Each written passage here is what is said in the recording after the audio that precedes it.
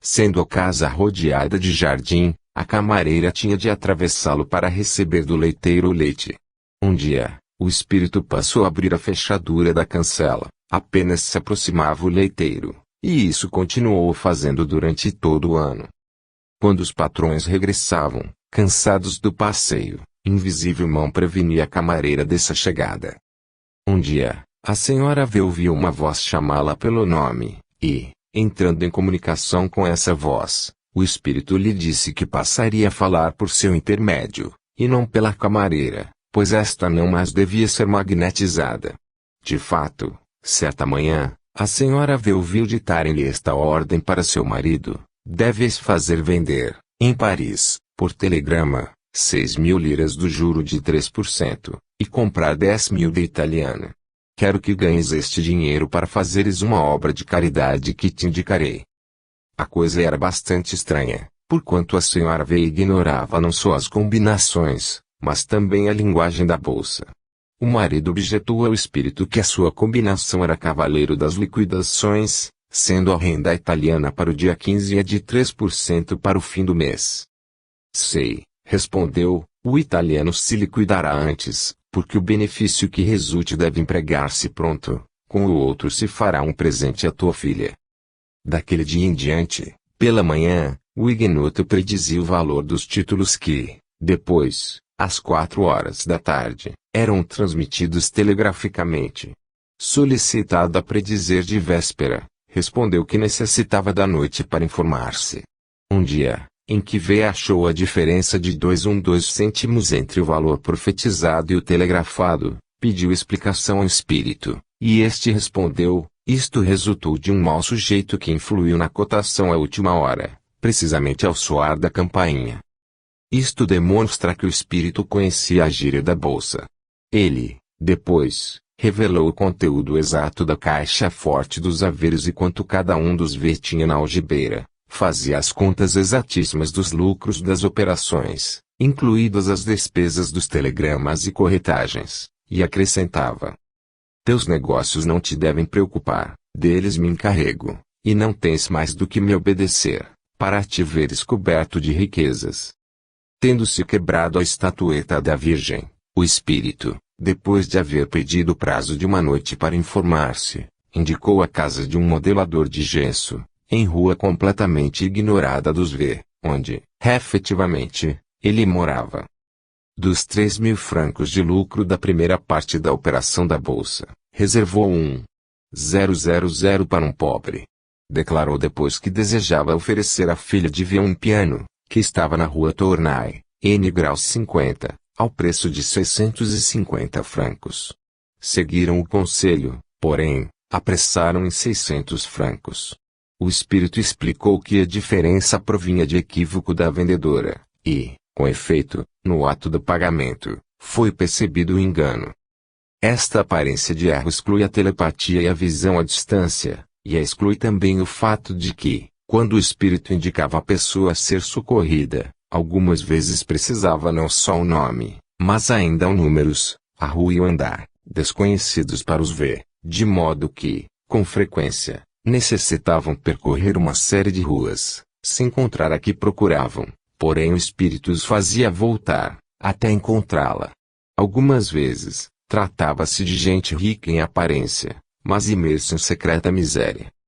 Mais tarde, dizendo querer erigir uma capela, o espírito mudou de tática nas operações. Em vez de retirar os lucros de cada liquidação, opôs-se a toda a insistência dos V, que queriam a retirada de cada uma, mesmo quando já se atingia um lucro de 30.000 francos.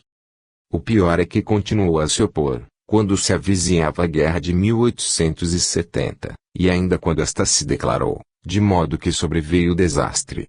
Desde então, não mais respondeu às petições e imprecações de suas vítimas, tornadas bem mais pobres do que antes. Os V estão persuadidos de que, por 2 anos e meio, o espírito teve por escopo captar-lhes a confiança, para poder arruiná-los. Nota do tradutor: se as pessoas da família V conhecessem apenas algumas noções de espiritismo, certamente não teriam caído na armadilha.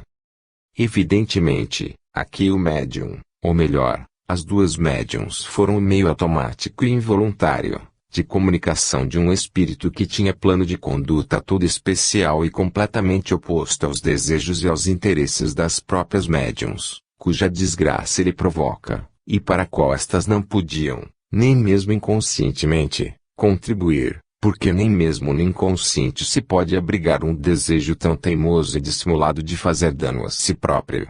Acrescente-se que elas não teriam podido fazer as previsões exatíssimas dos aumentos que sucediam no dia seguinte, na bolsa, nem prever as intenções malvadas do namorado da camareira e sua fuga, nem conhecer aquelas pessoas que deveriam ser beneficiadas, nem discutir alta filosofia.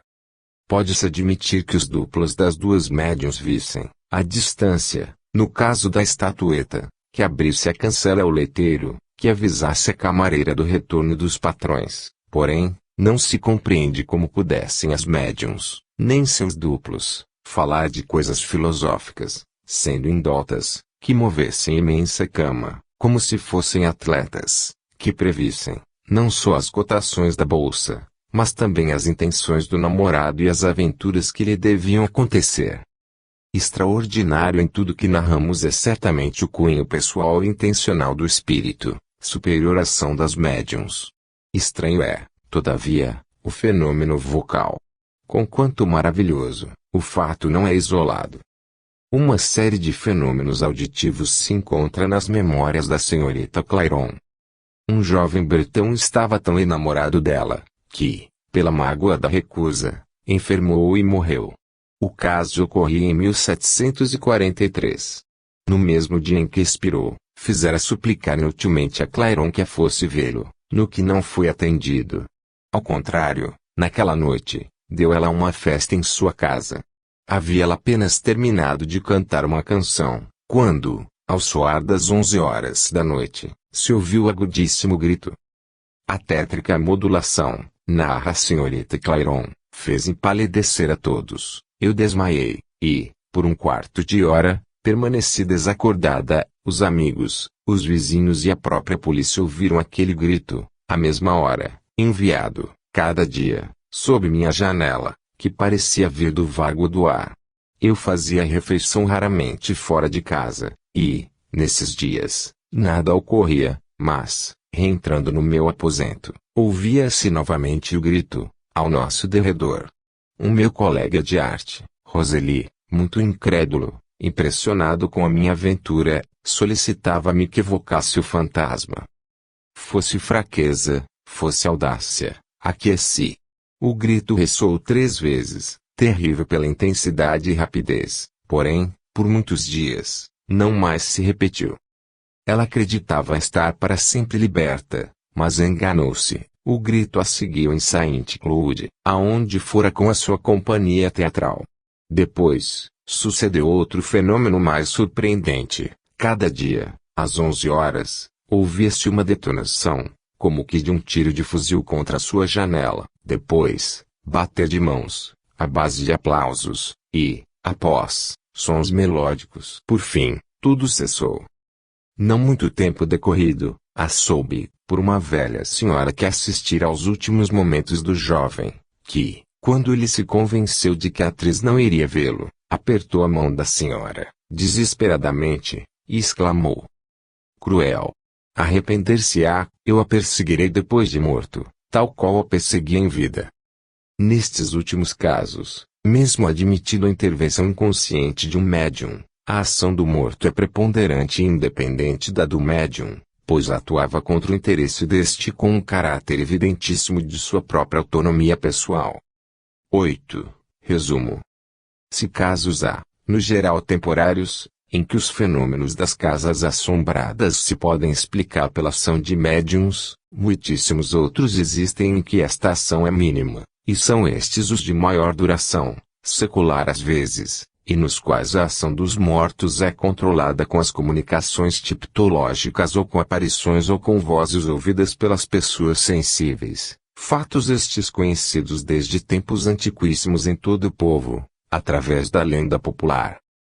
As casas assombradas, em suma, oferecem os documentos mais antigos, mais difundidos e menos contestáveis, da influência, quase autônoma, da ação voluntária, persistente, dos mortos, em épocas também distanciadíssimas da sua morte, com algumas características especiais, quais as de se apresentarem com o vestuário do seu tempo, em horas, dias e épocas determinadas, da noite, e principalmente depois de meia-noite, de se manifestarem mais raro por vozes e escritos, de repetirem continuamente os mesmos gestos e movimentos, com especialidade os que lhes eram habituais em vida, de se manifestarem também aos médiuns, primeiro com ruídos, depois com movimentos de objetos ou outros, depois com poucas aparições, por vezes, para se vingarem, ou para dissuadirem outros de praticarem atos pecaminosos, e algumas vezes por causas absurdas e ridículas, qual aquela dos dois children,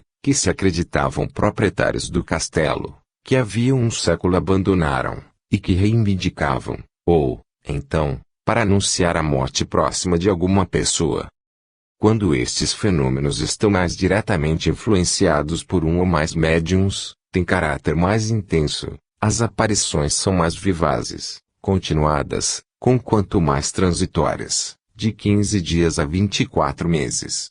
Mas, na maior parte, como vimos, aparecem sem interferência de médium, o que é natural, quando se considera que sobrevêm frequentemente em casas de todo abandonadas, às vezes há séculos, e que ali continuam, não obstante a mudança de inquilinos, enquanto que não mais se manifestam nas novas habitações destes, pois que mostram o caráter especial de se prenderem a determinadas casas. E exatamente nisto que consiste a maior prova da ação predominante dos mortos, a qual não é somente confirmada pela lenda, mas também repetidamente por documentos históricos. E enquanto a maior parte das pessoas só percebe a presença pelos ruídos, percussões e movimentos desordenados, os indivíduos dotados de faculdades mediúnicas veem diretamente os mortos, com a sua fisionomia e sua vestimenta, como no caso Children. Resta, por isso, nestes casos, o misterioso problema de como, sendo diminuta a ajuda que dá aos mortos o corpo de um vivo, possam eles desenvolver tão enérgica ação. Alguns dão a pouco aceitável explicação de que os espíritos tomam dos animais e das plantas da casa deserta a matéria para sua incorporação. 2 vezes tive essa explicação, por médiuns em transe, aos quais fiz a pergunta. Aqui é útil a hipótese de que também as casas infestadas, que eu defini como não mediúnicas, fossem influenciadas por médiuns distantes e invisíveis. Cita-se, a este propósito, o caso de Valley, que ouviu 2 golpes na parede de seu próprio aposento, distante mais de 5 milhas inglesas da casa do médium homem, o qual inconscientemente os provocava, e que soube desses golpes porque seu espírito guia, repetindo-os em sua casa, o advertiu da dupla concomitância e o convidou a escrever a Valley, para lhe dar uma prova do espiritismo. Mas, estes casos, e assim também aquele, vide supra, da senhorita Buter, que, da Irlanda, algumas vezes durante o sono se transportou, com o seu duplo, a Londres, e o de Tumolo, em que a médium, em convulsões histéricas, provocava movimentos de objetos em uma casa dela distante 1.500 metros, são antes casos de desdobramento do médium, que se trasladou por algumas vezes a distâncias por poucos momentos, do que casos de casas assombradas, onde a ação tem mais continuidade, e assume, com muita frequência, os característicos que os mortos tinham em vida. De qualquer modo, são fenômenos que provam a possibilidade de um médium provocar aparições e movimentos de objetos, e daí alguns fenômenos de casas assombradas, também a grande distância.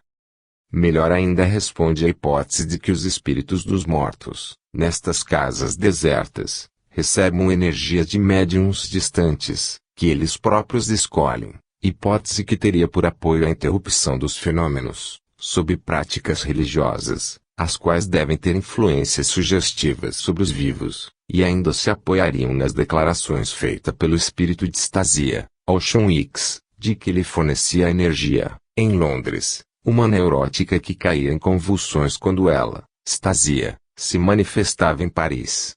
Mas, admitindo isto, fica sempre, todavia, O fato de uma notável energia de uma continuada marca pessoal, que, em certos casos, parece terem os espíritos dos mortos, como quando reclamam seus velhos direitos, ou vigilam minuciosamente os interesses de uma casa, com desconhecimento dos médiuns, e que influência destes não poderia explicar. Ressalta, ademais, a coincidência destes fenômenos com as mortes violentas, suicídios e homicídios, tão numerosos na época feudal, cujas moradias são as mais infestadas, isso por se saber da particular atração dos espíritos pelos lugares onde foram mortos ou sepultados, onde residiam em vida, por determinadas casas ou fragmentos delas, pela continuação mais tenaz dos hábitos que vivos tinham aqueles que, inopinadamente, morreram jovens e de modo violento.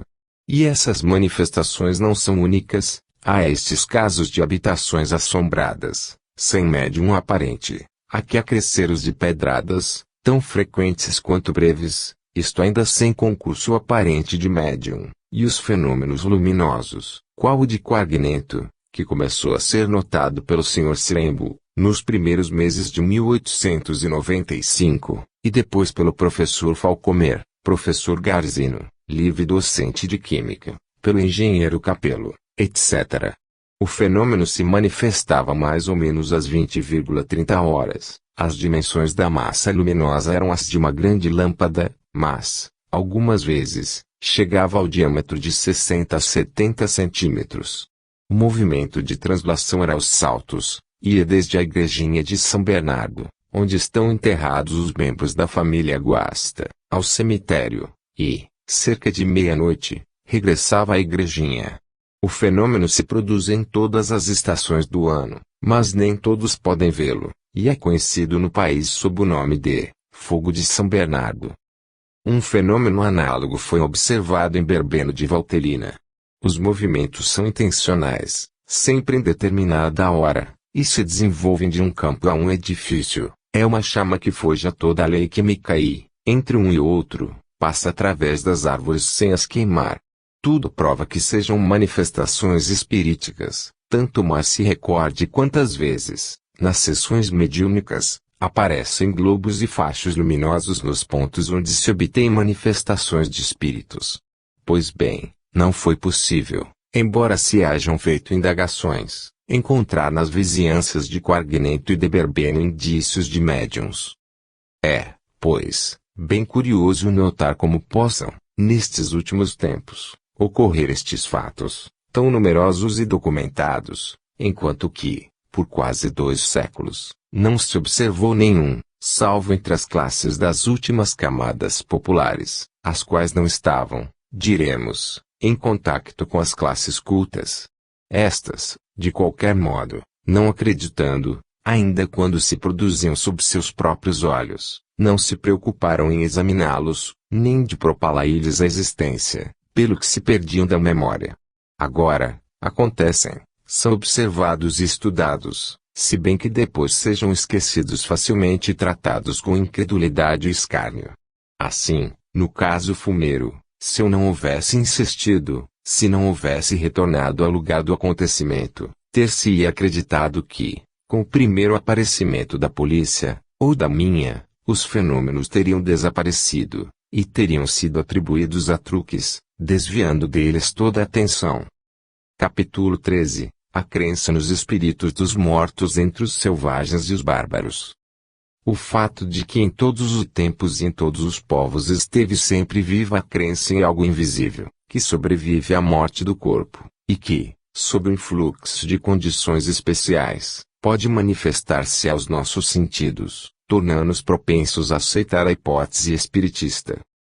Que nossos mais antigos progenitores acreditavam, aí não na imortalidade da alma, ao menos em sua existência temporária depois da morte, é opinião comum dos antropólogos, os quais observam, com Figuier, que os víveres, as lâmpadas, as armas, as moedas, os objetos de ornamento depositados, até nas épocas pré-históricas, nas tumbas, ao lado de cadáveres, mostram claramente a crença em uma vida futura.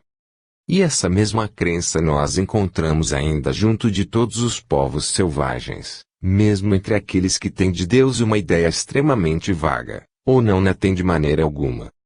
Letourneau, citado por Baldi de Vesme, naquela sua ótima História do Espiritismo, da qual me he valido largamente na compilação do presente capítulo, escreve na sua Sociologia da Pres etnografia livro 3, k.17, entre as raças inferiores, junto dos habitantes da Terra do Fogo, entre os tasmânios, os australianos e os hotentotes não existem templos, nem padres, nem ritos.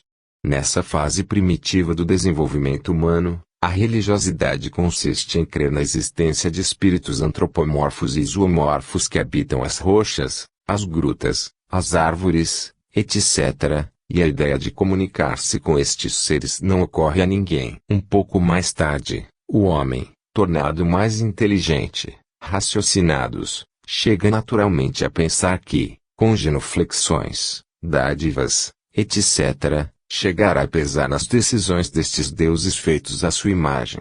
Então se edifica o templo e aparece o sacerdote. A princípio, o templo é humildíssimo, é uma cabana qual as outras, sendo os deuses imaginados como seres errantes muito análogos aos homens, se lhes oferece uma casa onde repousem.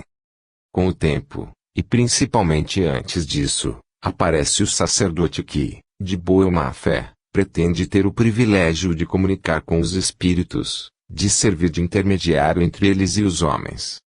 E escreve Maury, sendo o culto entre os povos selvagens quase reduzido exclusivamente a conjuros dos espíritos e a veneração dos amuletos, os sacerdotes são apenas bruxos que têm a missão de entrar em relação com os tão temidos demônios.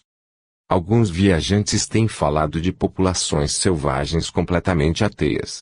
Levaillant, Thompson e Campbell afirmam que os hotentotes não têm ideia alguma de uma vida futura, nem de deuses.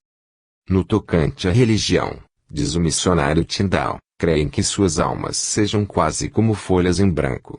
Não obstante, acreditam que os mortos deixam atrás de si uma sombra geralmente maléfica. Os tasmânios, segundo o reverendo Bonwick, não tinham ideia alguma da divindade. Mas o Dr. Milligan refere que estes selvagens povoam de espíritos, do gênero maléfico, os interstícios, rochas e montanhas, etc., que os rodeiam. Segundo Letourneau, quando os negros da África afirmam que tudo termina depois da morte, é preciso acrescentar, salva a terrível larva do fantasma. E do Shailu, na Voyage dans Afrique Equatoriale, escreve que os habitantes do Gabon não têm ideias claras da existência do além-túmulo, porém acreditam que o homem deixa, morrendo, uma sombra, que lhe sobreexiste por algum tempo e reside na vizinhança do local onde foi sepultado o cadáver. Winworea refere que, no Congo, os filhos algumas vezes matam sua mãe, para que esta, convertida em espírito poderoso, lhes preste assistência. Segundo os Cafres, o homem que morre deixa atrás de si uma espécie de vapor, análogo à sombra que o corpo o projeta quando vivo. Frequentemente, estes selvagens escolhem, para fazerem uma espécie de anjo custódio, o espírito de um chefe ou de um amigo, e o invocam nos momentos difíceis. Em Madagascar, segundo um doutor indígena, Ramesiras, domina entre os indígenas o preconceito de que os espíritos dos antepassados estão sempre perto dos vivos, seja para lhes trazer ajuda, seja para lhes fazer mal, e daí o seu grande culto aos mortos. Os Bambara creem nos espíritos, nos gênios, nos anjos, acreditam que eles exercem uma influência da qual os homens se podem preservar com os amuletos, e que procuram o êxito para os amigos e os resguardam das doenças. Destes espíritos ou desde Orem, há os que vivem nos silvados e outros no interior do povoado ou em seus arredores. Os primeiros são perigosos em pleno dia. Quando se funda uma povoação, o mago que está em comunicação com os espíritos busca a árvore da sua preferência, habitualmente um baobab, e, vizinho dela, cada família põe um pilão para pilar o sorgo, e o fogão. Nas ramas se suspendem os arcos e os fuzis, e a sua sombra se faz a dança. O mago protege o povoado, fazendo abortar os malefícios. Faltar-lhe ao respeito é faltar ao espírito, porque ambos estão unidos indissoluvelmente. A mulher estéril oferece ao espírito noz de cola e um galo, e promete mais ainda se chega a ser mãe. Quando a aldeia se vê ameaçada de algum perigo, dos gafanhotos, dos macacos, das serpentes, ele pede ajuda aos espíritos dos mortos, especialmente aqueles que protegem as messes. Segundo do Verger, quando os negros Tuareg do norte partem para expedições longínquas, as mulheres, para terem notícias, vão deitar-se nas tumbas dos seus mortos, evocando-lhes as almas, e obtêm informações, que são depois verificadas verdadeiras. De similar costume já fala o geógrafo romano Pomponius Mela, a propósito dos anjos, povo da África. Os anjos, o diz, não conhecem outra divindade que a alma dos mortos, e a consultam como a oráculos. Com esse fim, depois de haverem formulado a pergunta, deitam-se sobre o túmulo, e considera a resposta o sonho que tem. Marie Kingsley, em uma conferência, Suliforme delle Apparizioni nella África Occidentale, consigna que há poucas pessoas não têm tido aparições, ou de um deus ou dos espíritos dos mortos. Os sacerdotes pretendem, pois, estar em contato contínuo com os espíritos. Com frequência, um deus toma posse de um sacerdote, e fala por sua boca, porém com palavras estrangeiras. Provavelmente o seu sistema nervoso mais sensível lhe faz ver coisas que nós, mais obtusos, não vemos. O seu é uma chapa fotográfica mais perfeita, onde mais facilmente se imprime o mundo do além-túmulo. Os baiacas, vizinhos do Congo, acreditam que a alma, depois da morte, habite no ar e apareça aos vivos nos sonhos para lamentar-se do maltrato dado ao seu sepulcro e para pedir vingança contra seus assassinos.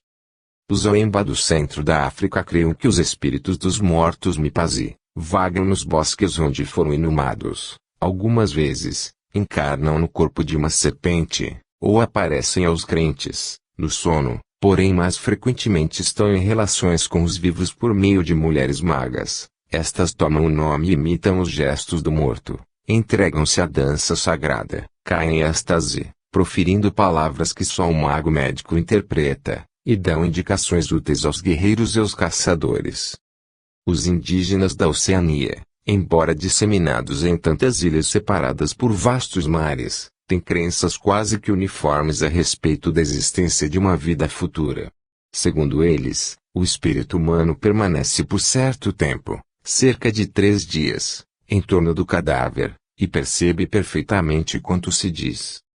Isto explica a estranha usança que vigora entre os australianos, os quais, durante algum tempo, depois da morte de uma pessoa, não se aventuram pronunciar seu nome, receosos de provocarem, com isso, a aparição de seu guinete, ou fantasma. Segundo Perrondark, eles vão, à noite, nos cemitérios para comunicar com os seus mortos e alcançar seus conselhos. No Tahiti e nas Ilhas Marianas, os nativos acreditam que os espíritos antigos velam sobre eles continuamente. Nas Ilhas Fiji, quando alguém morre, invoca-se-lhe o espírito para saber o que lhe ocasionou a morte. Creem que seu espírito vague sobre as rochas, vizinhas do mar, e depois em povoações submarinas. Quando alguém está enfermo, consultam o profeta para que indique a vila, a casa, o indivíduo a quem se deve o mal. Alguma vez, imaginam que os espíritos estejam irritados porque em um dado ponto se tenha feito uma plantação, ou construído uma casa em terreno indevido, e então o proprietário muda de lugar, vendendo-a. Os habitantes da Nova Zelândia creem na existência de uma parte inteligente e material do homem, e, se matam um inimigo em peleja, praticam certos ritos com a finalidade de evitarem a vingança de sua sombra. O juiz Manning, no The Old New Zealand for Apache Maori, narra uma sessão que se pode paralelas com as sessões espiritistas, em que os selvagens da Nova Zelândia, Maori, pretendem obter respostas dos seus mortos por meio de verdadeiros médiuns, chamados Tonga, refere uma que lhe assistiu, na qual o Tonga evocou o espírito de um chefe dos Maoris, morto em combate.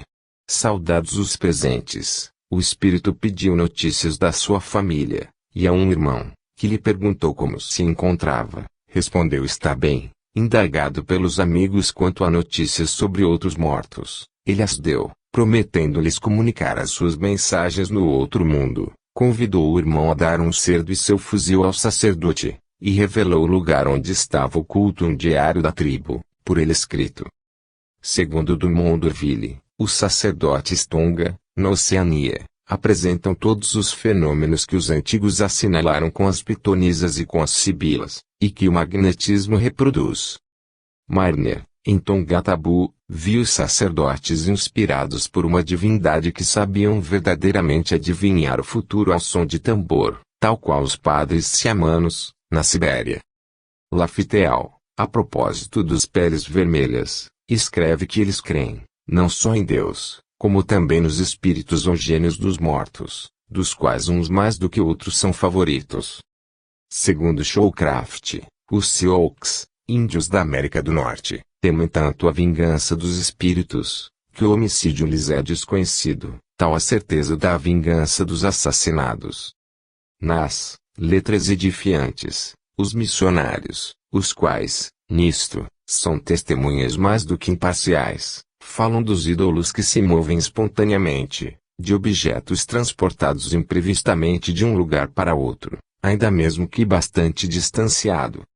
Os magos de Montagnais, segundo refere Padre Arnaud, no Rapporte sur les missions do Diocèse de Québec, em suas consultas se sentam de pernas cruzadas, sobre um oiguão, que, sob sua influência, se agita e, com saltos e golpes, responde às interrogações que se lhe formulam, pouco mais ou menos como fazemos nós com a mesinha.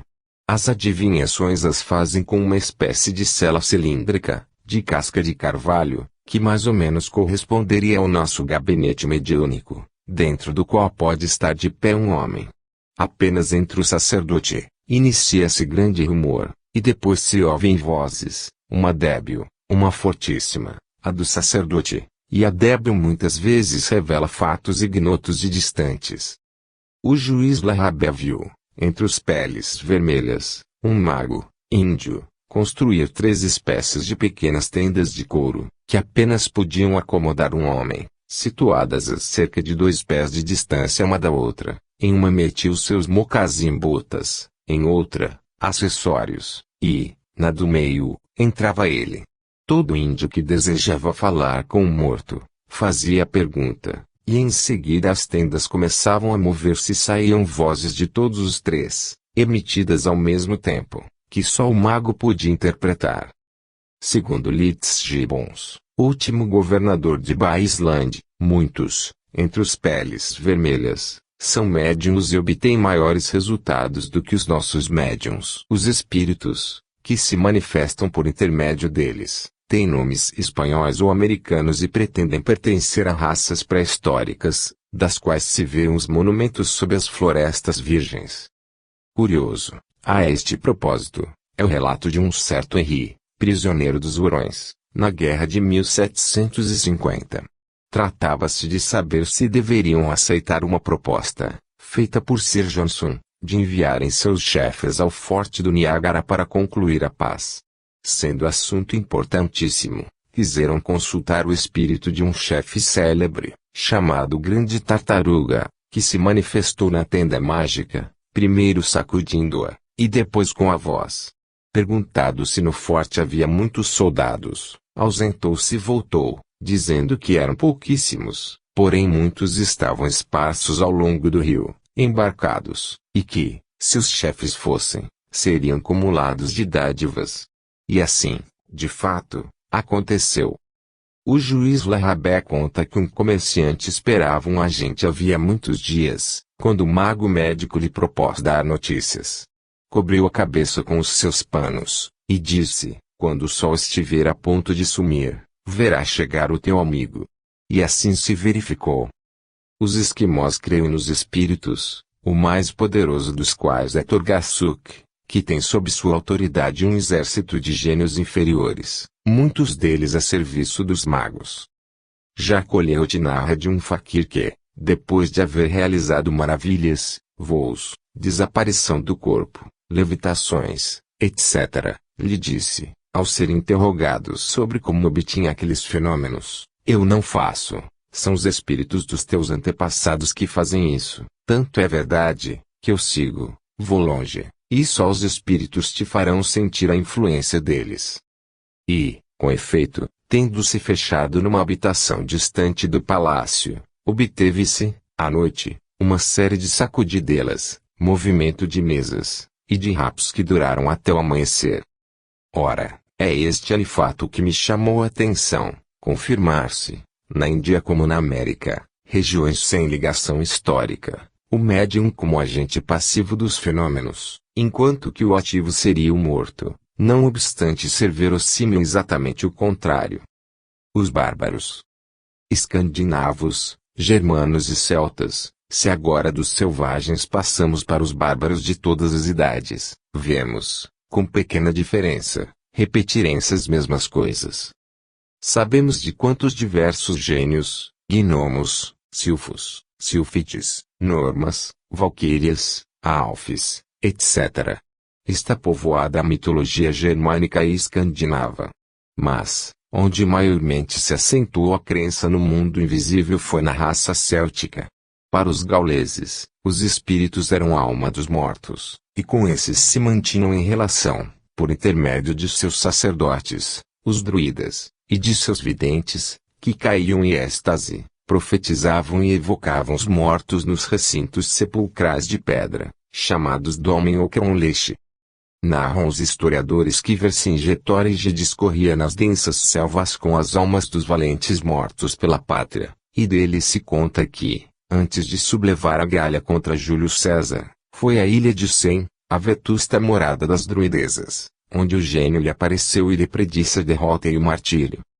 A Índia, são notáveis as relações mantidas pelos indianos com os Pitri, espíritos que esperam uma nova vida.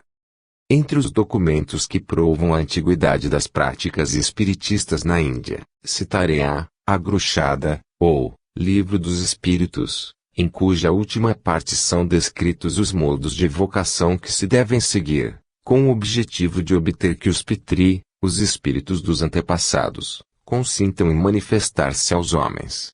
E já vimos, pouco acima, como os maravilhosos fenômenos dos faquires são por estes atribuídos aos espíritos dos mortos, e dos quais declaram ser apenas um instrumento.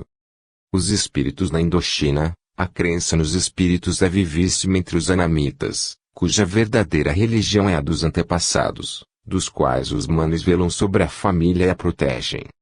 O mundo dos anamitas, lê-se na Revue Française, de março de 1894, é povoado de fantasmas que são as almas de todos os seres que viveram anteriormente.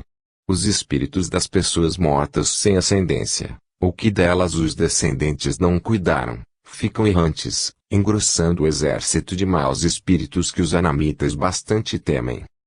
Entre os japoneses, difundidíssima é esta crença entre os japoneses, cuja religião popular, o shintoísmo, consistia originariamente na personificação e adoração das forças da natureza, mais tarde, na veneração dos espíritos dos antepassados, até que, por último, se transformou no culto a estes, aos quais se oferecem sacrifícios pelo seu descanso e de quem se invoca ajuda e proteção.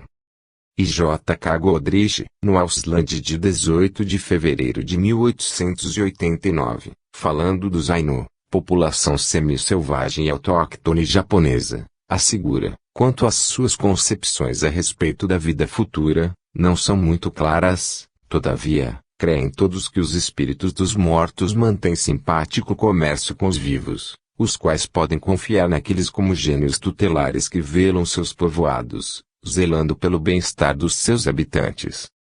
E agora, passando a tratar de outros povos, caldeus, assírios, babilônicos, persas, egípcios, etc., entre os quais, com pequenas diferenças, encontramos as mesmas crenças, vamos ao Extremo Oriente. No Extremo Oriente, entre os chineses, difundidos é a crença nos espíritos entre o povo menos supersticioso do mundo, o chinês. Segundo a seita dos Taoci, mestres da ciência, existem no homem duas almas, o Ling, essência nobre, e o Nuan, princípio vital, juntos, formam um ser, que sucede ao corpo do morto. Se este possui grandes méritos, é elevado ao grau de santo. Se for medíocre, fica entre os Shen, sujeito às mesmas paixões terrenas. Os perversos ficam entre os Quen. 2 vezes no ano, à noite, adornam e iluminam suas casas e lhes aprestam banquetes suntuosos.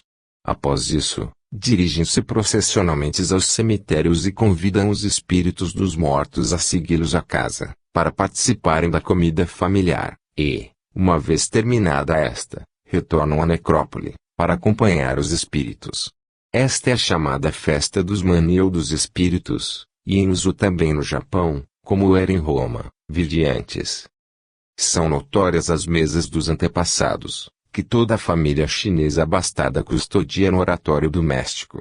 Pensam os chineses que, depois da morte, o espírito vem habitar a dita mesinha e recolher as preces dos sobreviventes.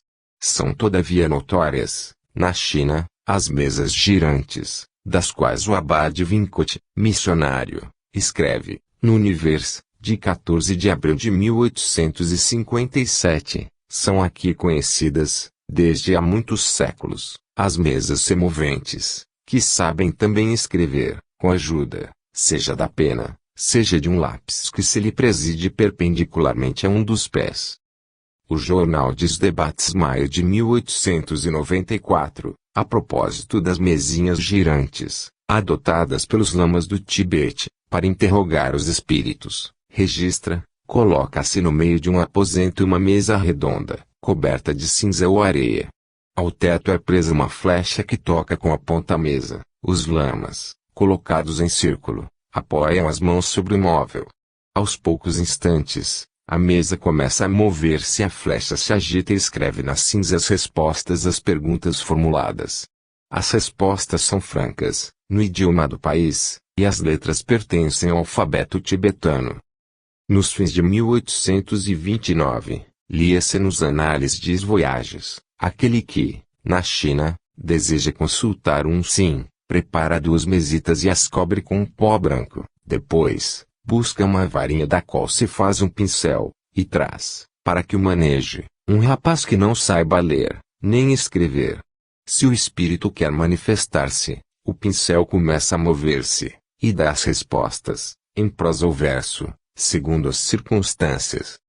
No Tibete, o explorador J. Bocati depositou no Museu Guimet um rosário de 106 discos de crânios tirados de outros tantos eremitas tibetanos mortos, primeiramente considerados espíritos malignos, gênios ou profetas, e depois considerados santos, de modo que um pedaço de seu osso craniano se acredita de boa sorte. Praticava-se, com efeito, a trepanação terapêutica nos crânios para expulsar o espírito maligno que se supunha nele habitar. Curioso sistema de evocação dos mortos é usado atualmente ainda entre indígenas de Tonkin. Eis a descrição dada por Monsenhor Crook, em uma carta que o Conservatório reproduziu, em 7 de outubro de 1869, coloca-se horizontalmente, entre o polegar e o índice de cada mão, uma pequena cabaça, atravessada verticalmente por uma haste de madeira. Depois da recitação da fórmula o espírito se manifesta, fazendo oscilar a cabaça, de modo que a haste, movendo-se, possa desenhar na areia ou no saibro a resposta que o espírito quer dar. Escolhem-se preferencialmente pessoas que não saibam ler, nem escrever. A obediência do espírito varia, segundo os evocadores. Os egípcios. A similitude dos chineses e dos indianos, os egípcios antigos distinguiam na alma a parte chamada Ka, que reproduzia, como duplo, o semblante do indivíduo, e depois a alma propriamente dita, Ba. Acreditavam na transmigração da alma, que, antes de chegar a transformar-se em alma humana, passava pelos diversos seres da natureza, melhorando sempre. Antes de chegar ao Elísio, o espírito do morto devia percorrer uma viagem longa, lutando com a fome, contra a sede, com o fogo. Podiam sempre os espíritos sair da região infernal, para se transformarem e regressar entre os homens, retomando as suas formas. Os hebreus. Que os hebreus acreditavam na imortalidade da alma e conheciam as práticas espiritistas é coisa que resulta, entre outras, das injunções e das ameaças lançadas por Moisés contra eles. Em passagens da Bíblia ressalta como a classe sacerdotal possuía certas rodas adivinhatórias e outros instrumentos aptos a estabelecer comunicações com o além-túmulo. Kircher faz a descrição de uma mesa giratória. Havia em cima 4 globos de tamanhos diversos, e tinham todos, no centro, um eixo sobre o qual podiam facilmente girar. Deste centro partiam 22 linhas que terminavam em outras tantas letras do alfabeto hebraico. Aqui havia um dedo indicador chamado tetragramaton. Os experimentadores rogavam, com a máxima intensidade possível, que o aparelho se pusesse em movimento. Depois, tomavam-no pelos 2 punhos, e, elevando os olhos para o alto, espreitavam cuidadosamente os movimentos fatídicos. Quando, por fim, o instrumento varava, toda a sua atenção se voltava para as letras indicadas pelas linhas traçadas ao centro, que deviam dar a resposta, por virtude de uma inteligência diretriz. Não era desconhecida dos hebreus a mediunidade denominada do copo d'água, pois que se diz no Gênesis, do copo pelo qual José costumava adivinhar. No Deuteronômio se proíbe consultar os mortos, que não se encontre entre vós nem prognosticado, nem augures, nem mágicos encantadores, nem homens que consultem o espírito de Pitom, nem profetas de Boenadisha, nem algum que interrogue os mortos. Levítico. Quando um homem ou uma mulher tiver um espírito de Pitom e seja adivinho, faça-se morrer, seja lapidado, e seu sangue caia sobre ele. Não faltam, com efeito, na Bíblia, exemplos de aparições de mortos, e é clássica de Samuel evocado pela pitonisa de Endor, que predisse a Saul a sua derrota e morte. Nesta passagem se vê ainda que a evocação de mortos, por parte de médiuns ou de pitonisas, era uma profissão proibida, sob pena de morte, pelo próprio Saul, e que, apesar disso, se conservava tenazmente. A pitonisa de Endor viu, depois de evocá-lo, sair da terra um velho, envolto em um manto, que ele, o rei, reconheceu em seguida ser Samuel. Os gregos. Passando a Grécia, entramos, pode-se dizer, no reino do espiritismo. Já, é notório que os chamados deuses eram espíritos. Expressa-o claramente São Paulo, todas as religiões pagãs eram religiões dos espíritos. Parece, com efeito, pelo que sabemos das pacientes investigações dos estudiosos, que Saturno, Júpiter, Baco, etc., eram homens divinizados depois de sua morte, ou talvez antes. Estes deuses ou espíritos, e assim os fantasmas dos modernos espiritistas, tinham a faculdade da aparição, a que davam o nome de teofania. Alguns gregos, e assim Anaxágoras, foram tão longe, que negaram houvesse outros deuses fora dos espíritos.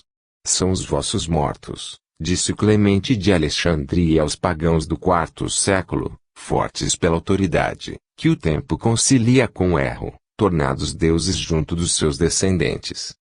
Quanto à alma dos mortos, quando considerados virtuosos, esses eram geralmente designados com o nome de heróis. E Plutarco escreve que os heróis, elevando-se, podem algumas vezes ascender ao grau de demônios, e ainda ao de deuses. Para explicar a união da alma imaterial com o corpo terrestre, os antigos filósofos gregos tinham reconhecido a necessidade da existência de uma substância mista, designada pelo nome de Oxema, que servia de envoltório análogo ao que os modernos ocultistas chamam corpo astral e os espiritistas, perispírito.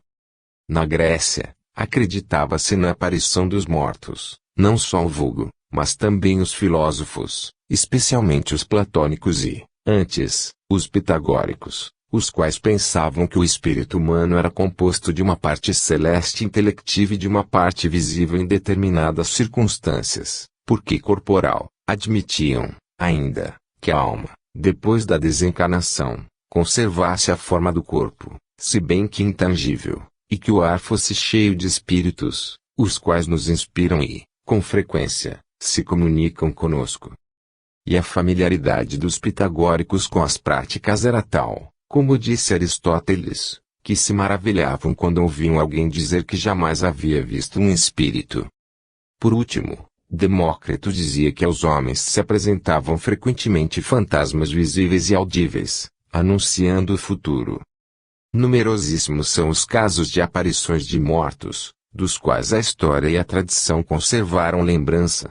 Referirei algumas, autênticas ou não, unicamente para demonstrar quanto a crença na existência dos espíritos estava difundida. E começarei com recordar a aparição da sombra de Patroclo Aquiles. Este quer abraçar o extinto amigo, Ilíada, Xi.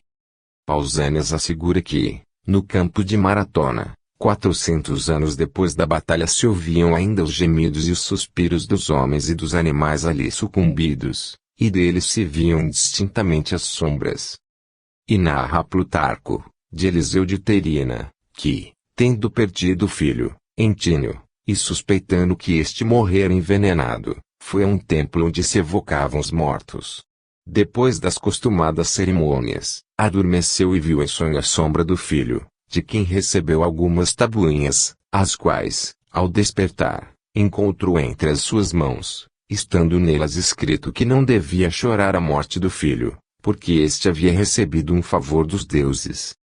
Narram Cícero e Valério Máximo de dois homens chegados juntos a Megara e que se separaram para alojar-se, um em casa de um amigo e outro em um albergue. Quando o primeiro adormeceu, viu, em sonho, o companheiro a implorar-lhe socorro contra o estalajadeiro que queria assassiná-lo. Despertou subitamente, saiu à rua para socorrer o amigo, mas, refletindo em que não devia dar fé a um sonho, voltou para casa e deitou-se de novo. Mas, apenas retomou o sono, apresentou-se-lhe ainda o companheiro, todo ensanguentado, e lhe disse que, visto não lhe ter querido prestar o socorro solicitado, que ao menos procurasse não deixar impune o assassino, que se colocasse, ao raiar do dia, perto da porta oriental da cidade, pela qual passaria um carro carregado de esterco, ocultando seu cadáver, ali escondido pelo homicida. Despertando novamente, resolveu cumprir com fidelidade o encargo recebido, foi ao lugar indicado, e não tardou em ver surgir o carro de esterco. Fez detê-lo e revistar, encontrando-se o cadáver. O criminoso foi preso e condenado à morte. A evocação dos mortos era, pois, antiquíssima. Ainda sem falar da evocação que Orfeu faz da sombra de Eurídice, achamos já um exemplo na Odisseia, onde Ulisses os evoca, cerca de 5 séculos antes que Sinmia, personagem do Fedro platônico, evocasse a sombra de Lisas, mestre de Epaminondas. Os mistérios de Eleusis eram, segundo acertada observação de Duprel, cerimônias necromânticas. Sexto é que os psicagogos evocavam os mortos em seus templos. Já Heródoto fala de evocações na Trispócia, perto do rio Aqueronte, onde o tirano Periandro mandou interrogar a sombra da sua falecida mulher, Melissa, e esta lhe deu uma prova da sua identidade, que a decência veda referir.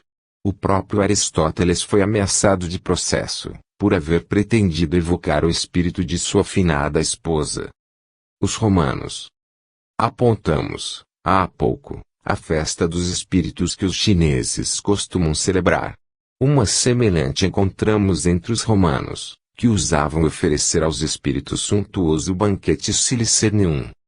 Luciano escreve, estão persuadidos de que estas sombras comem verdadeiramente, agrupam-se em redor das viandas e bebem mesmo vinho. Ovídio, Tito Livio, Dionísio de Alicarnácio e Macróbio, a propósito das festas funerárias, chamadas lemúrias, pretendem que os espectros saem das entranhas da terra, que o povo em procissão buscá-los e lhes preparava festins. E notória a fé dos romanos nos oráculos e nos fantasmas. Leiamos em Lucano como, poucos dias antes da batalha de Farsália, Sexto Pompeio, em companhia de amigos de confiança, consultou a maga Erictona, que, por um espectro, lhe predisse a iminente derrota, e recordemos, também, o fantasma dos Filipes. Quando Caracalla estava para sair de Antioquia, a ponto sombra de seu pai, Sétimo Severo, lhe apareceu e disse, eu te matarei, como mataste teu irmão Geta. Flávio Vespúcio narra que, pouco antes da morte do imperador Tácito, a sombra de sua mãe lhe havia prenunciado o próximo fim. e Quintiliano patrocinou ante o tribunal a causa de uma mulher a quem todas as noites aparecia seu filho recentemente falecido, pois que um mago, chamado pelo marido, operou tais encantamentos na tumba do jovem, que a mãe cessou de ver a amada sombra, e por isso há encetou um processo contra o marido. As evocações de imagens falantes do profundo Aquerontes se praticavam mediante espargimento de sangue, e isto sob a República e sob o Império. Disso falam Cícero, Horácio, Plínio, e o descreve Lucano.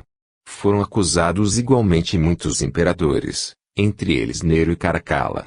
Também a Itália tinha templos para evocações, entre os quais o mais célebre, perto do lago Miseno, Averno, conhecido de Virgílio e de Lucrécio, e descrito por Máximo Tílio.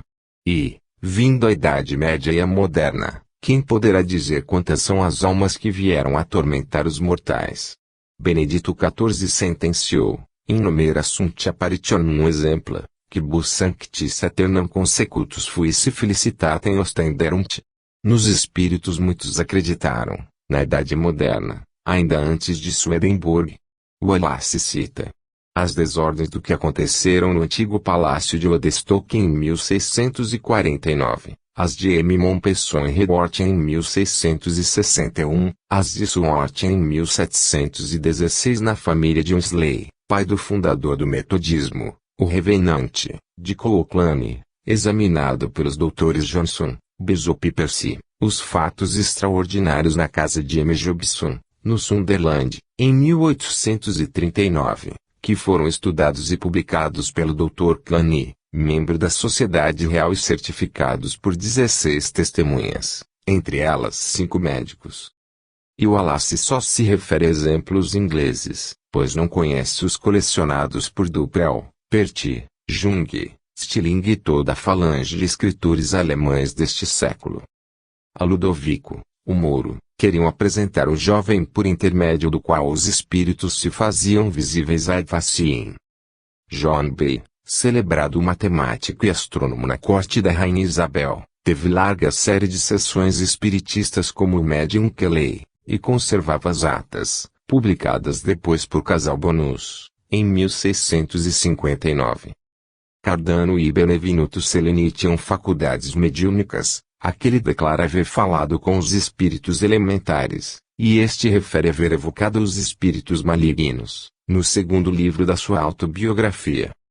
Vulgos modernos, vejamos afinal em que, a propósito, ainda creem os nossos vulgos nestes últimos anos.